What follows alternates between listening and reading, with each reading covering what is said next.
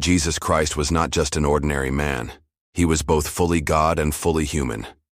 He claimed to be the Son of God, saying, "I and the Father are one." He performed countless miracles that proved his divine power. He healed the sick, gave sight to the blind, walked on water, calmed storms, fed thousands with a few loaves and fish, and even raised the dead, showing his authority over nature, sickness, and death. But not everyone who saw him or witnessed his miracles was willing to accept him as the Savior of the world. Therefore, he was sent to Pilate to be crucified. The streets of Jerusalem were filled with shouts of anger as Jesus stood before Pontius Pilate, bound and bruised. Just days earlier, crowds had welcomed him with palm branches, hailing him as their king. Now the same voices cried, "Crucify him!" Pilate, seeing no fault in Jesus, hesitated, but the pressure of the mob was too great. He washed his hands, signaling that he would allow his execution. Roman soldiers dragged Jesus away, whipping him until his back was torn. They pressed a crown of thorns onto his head, mocking him as the King of the Jews.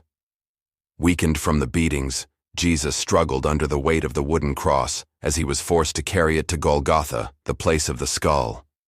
The crowd jeered, but some watched in sorrow, including his mother, Mary. When he fell from exhaustion, a man named Simon of Cyrene was pulled from the crowd to help him. At the hilltop, soldiers drove iron nails through his hands and feet, raising the cross high for all to see.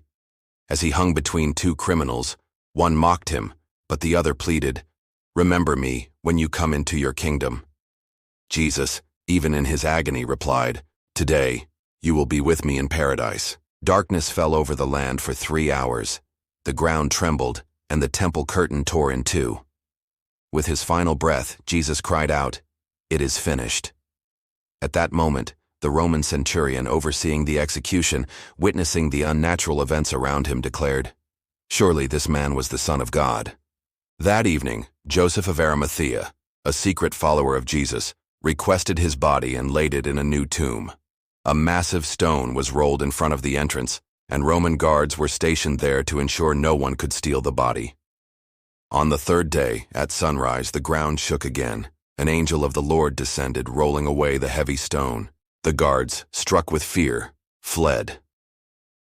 Soon after, Mary Magdalene and the other women arrived at the tomb, prepared to anoint Jesus' body. To their astonishment, the tomb was empty. A brilliant angel stood before them and said, "Why do you seek the living among the dead? He is not here, he has risen." Overcome with joy and fear, they ran to tell the disciples. At first, the disciples could not believe the news, but later that day, as two of them walked to the village of Emmaus, a stranger joined them. He explained the scriptures, showing how the Messiah had to suffer and rise again. As they sat for a meal, he broke the bread and suddenly their eyes were opened.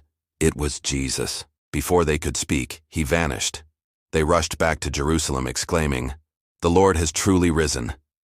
That evening, as the disciples gathered in a locked room, Jesus appeared among them. "Peace be with you," he said, showing his nail-pierced hands and side.